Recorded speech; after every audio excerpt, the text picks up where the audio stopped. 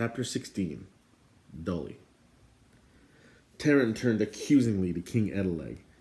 You said nothing of Hen Wen. You didn't ask me, said Edeleg.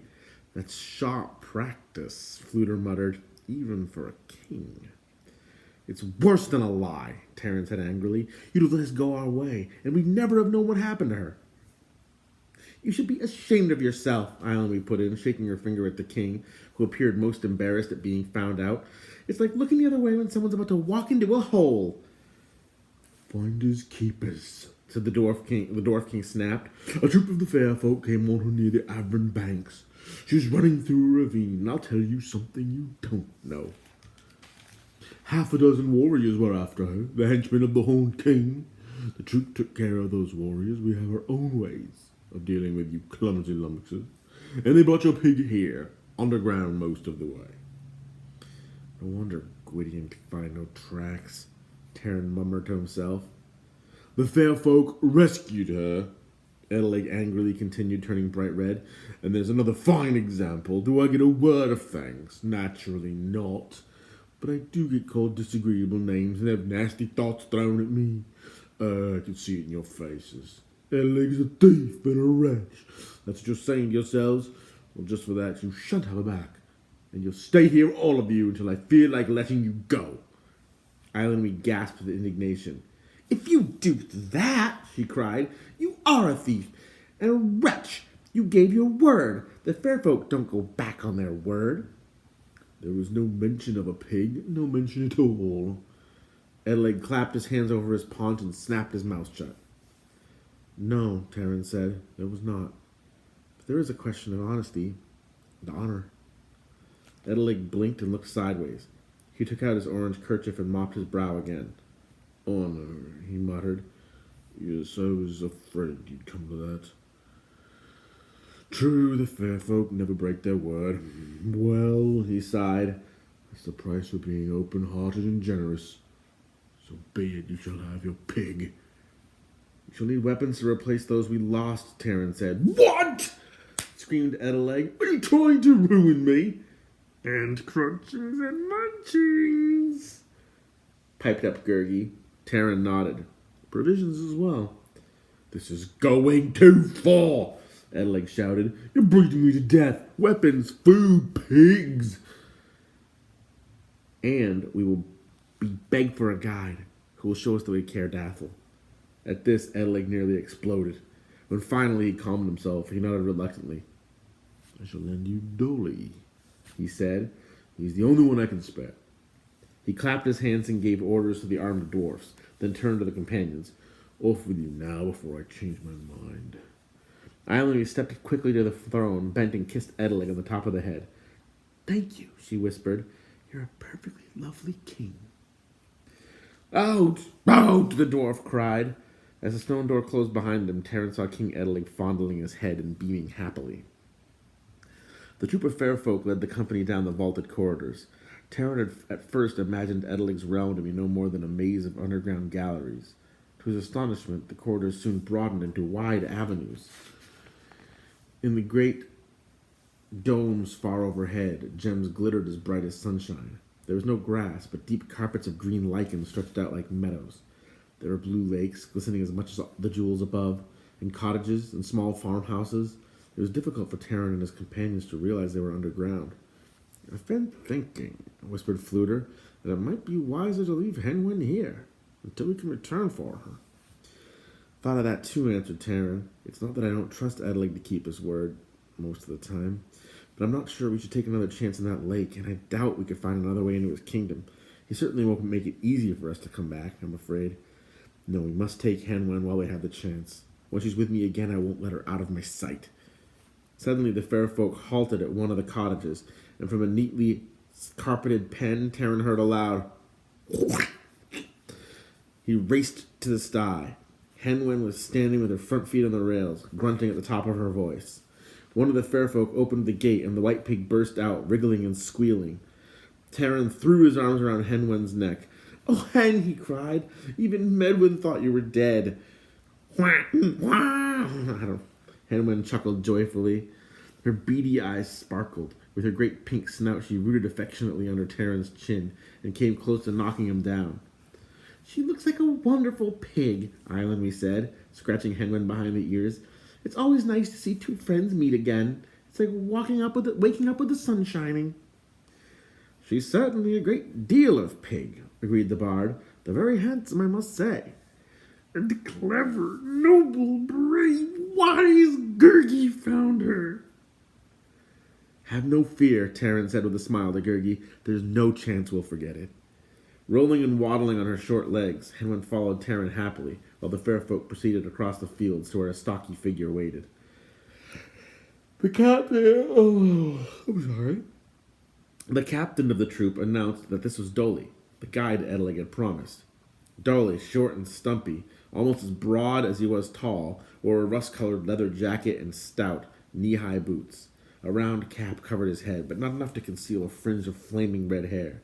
An axe and short sword hung from his belt, and over his shoulder he wore the stubby bow of the fair folk warrior. Terran bowed politely. The dwarf stared at him with a pair of bright red eyes and snorted. Then, to Terran's surprise, Doli took a deep breath and held it until his face turned scarlet and looked about to burst. After a few moments, the dwarf puffed out his cheeks and snorted again. What's the trouble? Asked Terran. You can still see me, can't you? Doli burst out angrily. Of course I can still see you. Terran frowned. Why shouldn't I? Doli gave him a scornful look and did not answer. Two of the fair folk led up Mellingar. King Edeleg, Terran saw with relief, was as good as his word. The saddlebags bulged with provisions, and the white mare also carried a number of spears, bows, and arrows, short and heavy, as were all the weapons of the fair folk, but carefully and sturdily crafted. Without another word, Doli beckoned them to follow him across the meadow. Grumbling and muttering to himself, the dwarf led them to what seemed to be the sheer face of a cliff. Only after he had reached it did Terran see long flights of steps carved into the living rock. Doli jerked his head toward the stairway, and they began to climb. This passageway of the fair folk was steeper than any of the mountains they had crossed. Mellingar strained forward. Wheezing and gasping, Henwen pulled herself up each step. The stairway turned and twisted. At one point, the darkness was such that the companions lost sight of each other. After a time, the steps broke off, and the group trod a narrow passageway of hard-packed stones. Sheets of white light rippled ahead, and the travelers found themselves behind a high waterfall. One after the other, they leaped the glistening rocks, splashed through a foaming stream, and at last emerged into the cool air of the hills. Doli squinted up at the sun. Not much daylight left, he muttered, more gruffly than King Edeleg himself. Don't think I'm gonna walk my legs off all night either. Didn't ask for this work, you know. Got picked for it. Guiding a crew of what? An assistant pig keeper. Yellow-headed idiot with a harp. A girl with a sword.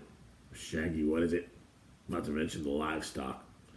All you can hope for is you don't run into a wheel war band. They'd do for you. They would.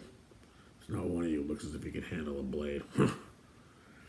This is the most Doli had spoken since they had left Edeleg's realm, and despite the dwarf's uncomplimentary opinions, Terran hoped he would finally come around to being civil. Doli, however, had said all he intended to say for a while. Later, when Terran ventured to speak to him, the dwarf turned angrily away and started holding his breath again. For goodness sake, Eilonwy cried. I wish you'd stop that. It makes me feel as if I drank too much water just watching you. It still doesn't work, Doli growled. Whatever are you trying to do? Terran asked. Even Henwen stared curiously at the dwarf. What does it look like? Doli answered. I'm trying to make myself invisible.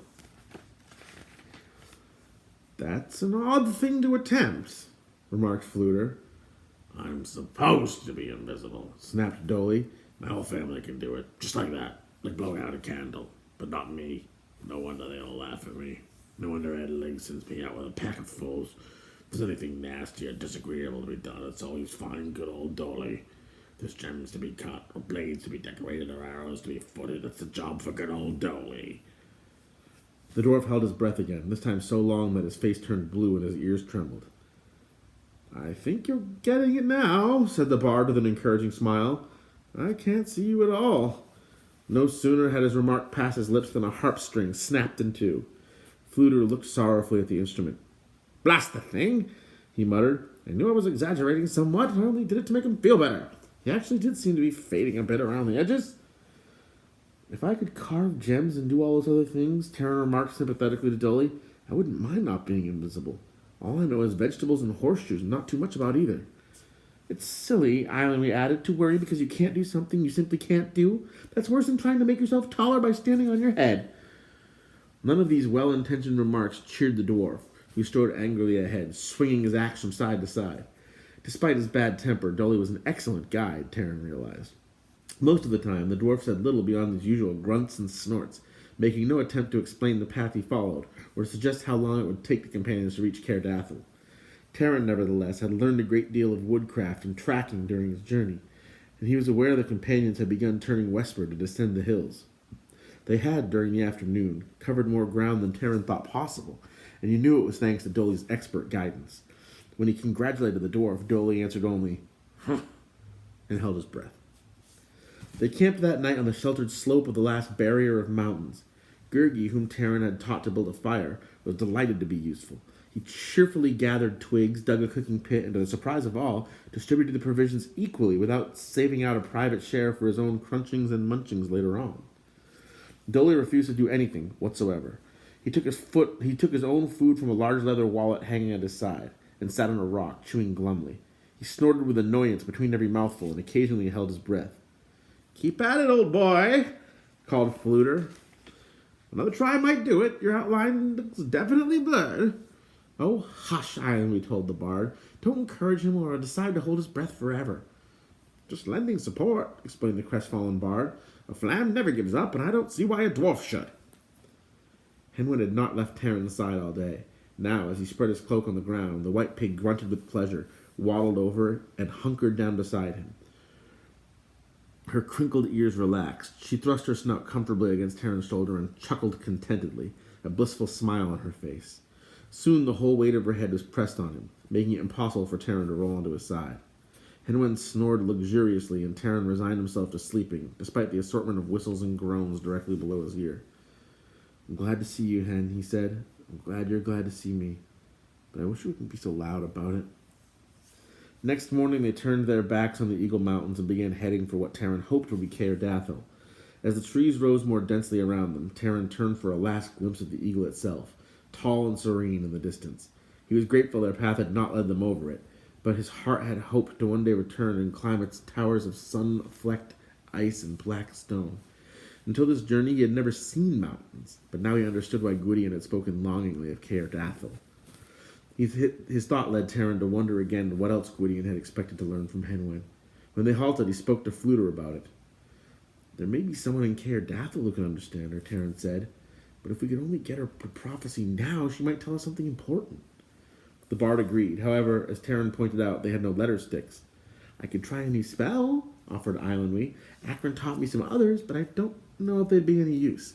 They haven't anything to do with oracular pigs. I do know a wonderful one for summoning toads. Akron was about to teach me the spell for opening locks, but I don't suppose I'll ever learn it now. Even so, locks haven't much to do with pigs either." Islandwy knelt beside Henwin and whispered rapidly. Henwin seemed to listen politely for a while, grinning broadly, wheezing, and snuffling. She gave no sign of understanding a word of what the girl was saying, and at last, with a joyful "What?" she broke away and ran to Taryn, wriggling gleefully. "It's no use," Taryn said, "and there's no sense in losing time. I hope they have letter 6 in Cair Dathel. I doubt it. Whatever Dalbin has, it seems to be the only one of its kind in all Prydain." They resumed their march. Gurgi, now official cook and firemaker, strode boldly behind the dwarf. Dolly led the companions through a clearing past a line of alders. A few moments later, the dwarf halted, cocked his head. Taryn heard the sound too, a faint, high-pitched screaming. It seemed to come from a twisted thorn bush. Drawing his sword, Taryn hurried past the dwarf. At first he could see nothing in the dark tangle. He drew closer, then stopped abruptly. It was a Gwythaint.